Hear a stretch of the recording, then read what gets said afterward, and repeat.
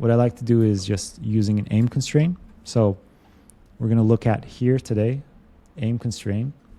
I'm going to select that locator, hit aim constraint, but also pay attention to the outliner.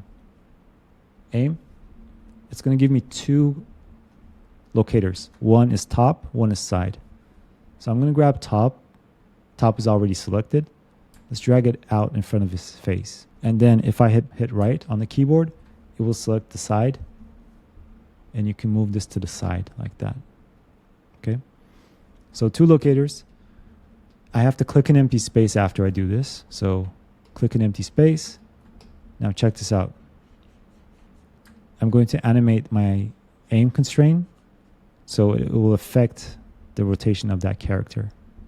So instead of cleaning up rotations, I'm going to clean up the translations, which is basically rotations.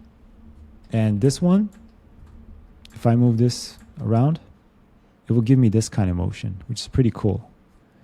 If I want to get free, a little bit of more like organic motion, sometimes what I do is I grab this locator and I just offset it 2 frames. So 1, 2. It just moved it 2 frames. But offsetting that will give me some kind of a little bit of more rotation. It's going to give it like an organic feel. So let me zoom in here. So you can see it here. Kind of like wobbles. So the mentality was we're animating that bouncing ball, right? That pivot point was somewhere around here. And the next step, once you get that bouncing ball motion, hangs there, jumps up, is working outwards. So you're working outwards from that bouncing ball. So what's the closest thing to that bouncing ball is probably the chest, right? That's the chest. So I would animate this bouncing ball, but it has to be different from this. So there's contrast. And then I would animate this bouncing ball. And then this bouncing ball. So working outwards. So everything flows out from that main point. So let's grab the chest. That's another bouncing ball. And let's get some poses in there really quickly. So add this to an animation layer, set a key. So I'm going to start thinking about what, like these poses. So maybe you can start like that. Maybe you can go like that. When he dips down, maybe we can squash him. Here he can start looking up where he's going. Okay. He can hook himself here. So when I'm doing this, I'm also looking at the C shapes of the body.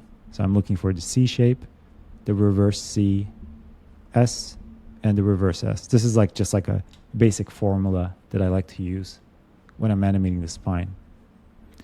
But pay attention how quick this will be, right? So he hooks himself there, and then he pushes himself off. So maybe we can, let's grab translation. Maybe he can do something like this, where pushes himself up.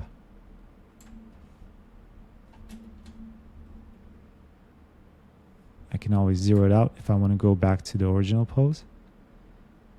We can stretch him just like the bouncing ball. Zero it out. Let's make him land with that upper body first, and then he can go back to idle. But pay attention, right?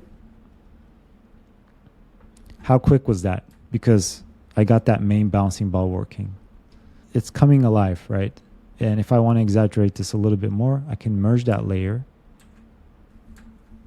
We can grab the chest, do the same thing with the aim constraint. Put a locator there, put the side one here. This locator, let's lead with this the whole time. So let's offset it 2 frames this way. So that will lead the body. It's leading the whole motion and the body's following. So I animated 2 controls. I didn't even animate the head. I didn't even animate the back. We can start shaping that curve, his spine a little bit more. Remember, S shapes, C shapes.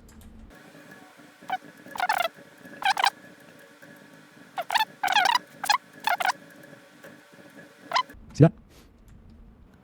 And think about each body part as a bouncing ball.